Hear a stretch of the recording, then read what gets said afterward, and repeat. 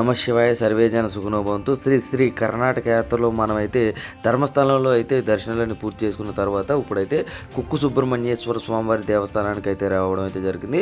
ఈ టెంపుల్ గురించి పూర్తి సమాచారం అయితే ఈ లాంగ్ వీడియోలో అయితే ఉంటుంది కాబట్టి ప్రతి ఒక్కరు కూడా చూసి ఒక లైక్ చేసి కామెంట్ చేయాల్సిందిగా కోరి ప్రార్థించడం అయితే జరుగుతుంది.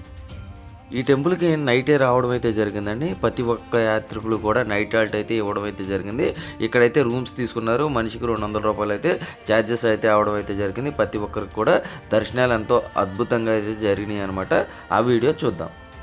ఫ్రెండ్స్, మనమైతే ఈ కర్ణాటక యాత్రలో మనం కుక్కు సుబ్రహ్మణ్యేశ్వర స్వామివారి టెంపుల్కి అయితే రావడం అయితే జరిగింది. ఇప్పుడైతే దర్శనాలు కూడా ఎంతో అద్భుతంగా అయితే పూర్తి చేసుకోవడం అయితే జరిగింది. ఒకసారి అయితే మనం వెనక గోపురాన్ని అయితే చూడొచ్చు అనమాట. ఇక్కడ వచ్చేటప్పటికి ప్రసాదంగా 100 రూపాయలు అయితే తీసుకోవడం అయితే జరిగింది.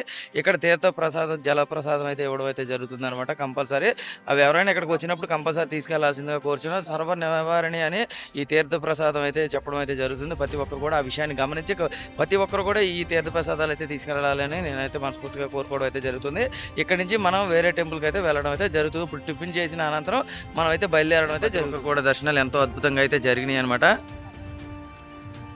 ఈ టెంపుల్ వద్ద యాత్రికులకు అయితే టిఫిన్ అయితే ఇడ్లీ పెట్టడం అయితే జరిగిందండి. యాత్రికులు అందరూ టిఫిన్ చేసిన అనంతరం బేలూరు అయితే వెళ్ళడం అయితే జరుగుతుంది.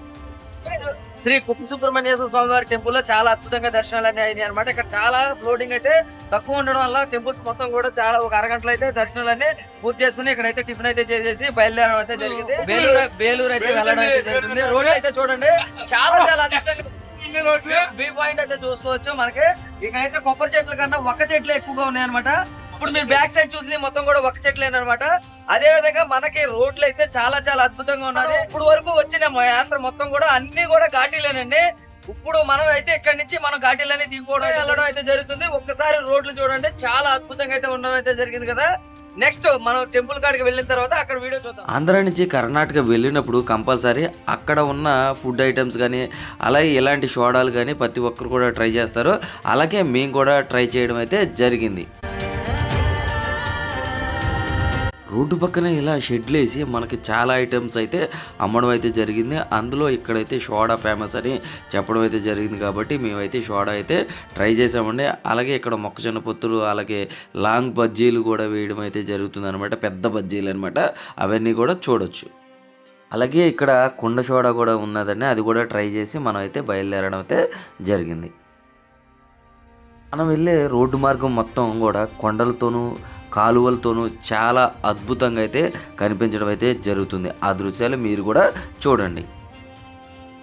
ప్రతి ఒక్కరు కూడా కర్ణాటక యాత్ర అయితే కంపల్సరీ వెళ్ళాలండి. ఎందుకంటే అద్భుతమైన ప్రదేశాలు అద్భుతమైన టెంపుల్స్ ఉన్నది ఓన్లీ కర్ణాటక యాత్రలో అనమాట. ఈ కుక్కు సుబ్రహ్మణ్యేశ్వర స్వామివారిని చూశారు కదండి. అలాగే మనం అయితే బేలూరు అయితే వెళ్ళడం అయితే జరిగింది. చాలా అద్భుతంగా అయితే ఆ టెంపుల్ కూడా ఉంటుంది.